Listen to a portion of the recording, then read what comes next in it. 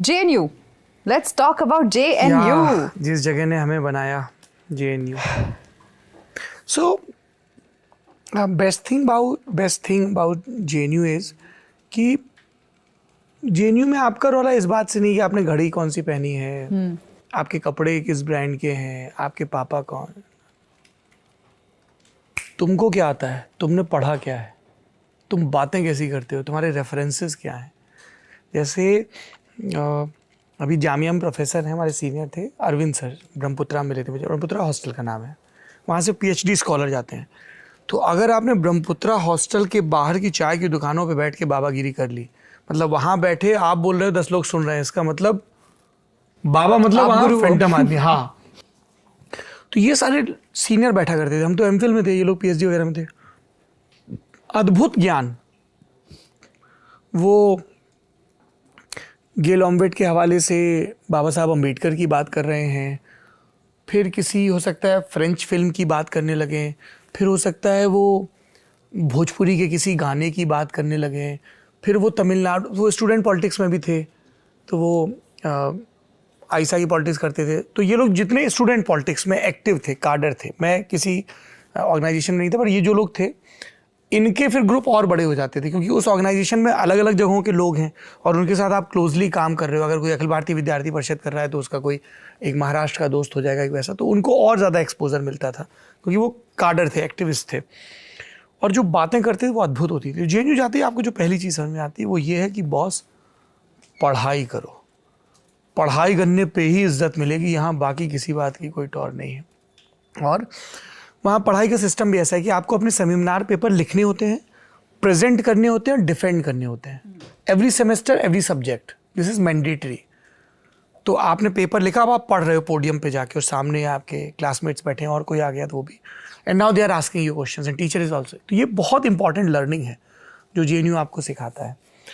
दूसरी चीज़ समझ में आई मुझे, और मैं BSc करके हिंदी लिटरेचर में गया था, तो मैंने ग्रेजुएशन में हिंदी नहीं पढ़ी थी, तो कि मेरा घर कहाँ है, तो एक तो मेरा घर हो गया JNU, आपका बेड, आपका कमरा, कमरे का एक नंबर. तो पहले भी हॉस्टल्स में रहा, पर वो ऐसे डॉम टाइप के होते थे. यहाँ आपका एक नंबर था 105 लोहित हॉस्टल, ऐसे, फिर 105 राइट विंग लोहित हॉस्टल. तो वो बाद में कन्वर्ट हो गया, तो अब मैं वो रूम कभी नहीं देख सकता क्योंकि अब वो गर्ल्स विंग बन गई है. जो राइट लेफ्ट ऐसे विंग होती थी, तो हॉस्टल की, सॉरी, लेफ्ट विंग थी, तो JNU की, हाँ, लोहित की लेफ्ट विंग. तो मैं लाइब्रेरी गया और JNU की लाइब्रेरी JNU की सबसे शानदार इमारत है, सबसे ऊंची इमारत लाइब्रेरी है.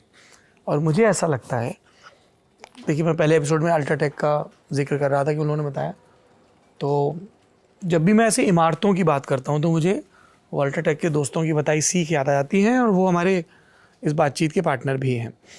कि जब आप इमारतें बनाते हो, चाहे आप घर बना रहे हो, चाहे आप स्कूल बना रहे हो, अस्पताल बना रहे हो, उसकी बुनियाद में सिर्फ ईंट पत्थर नहीं, उसकी बुनियाद में एक इरादा है कि ये बिल्डिंग क्या पर्पस सर्व करेगी.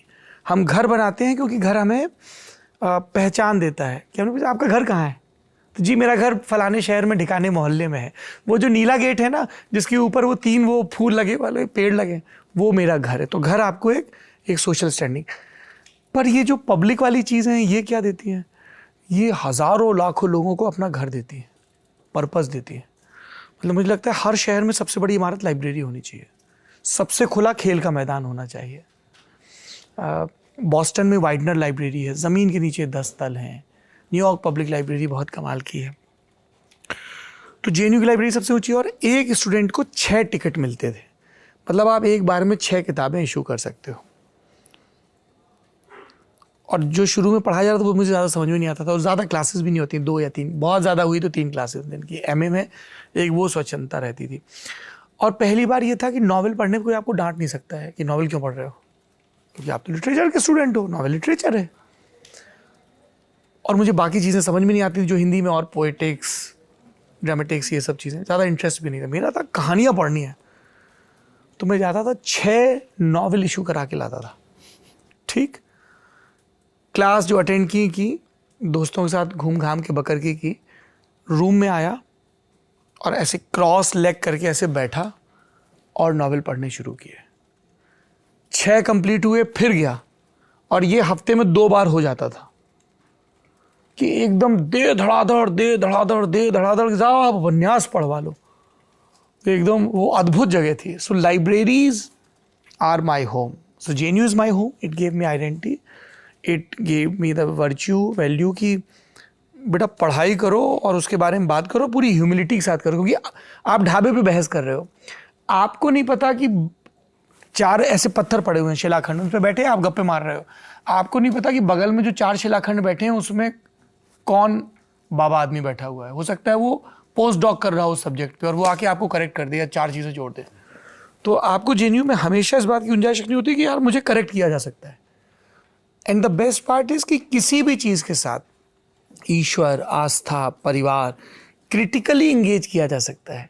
यूनिवर्सिटीज़ का जो सबसे बड़ा ध्येय वो यही होना चाहिए कि क्रिटिकली एक्टिव माइंड प्रिपेयर करें, जो किसी भी क्वेश्चन को तार्किक ढंग से पूछ सकें।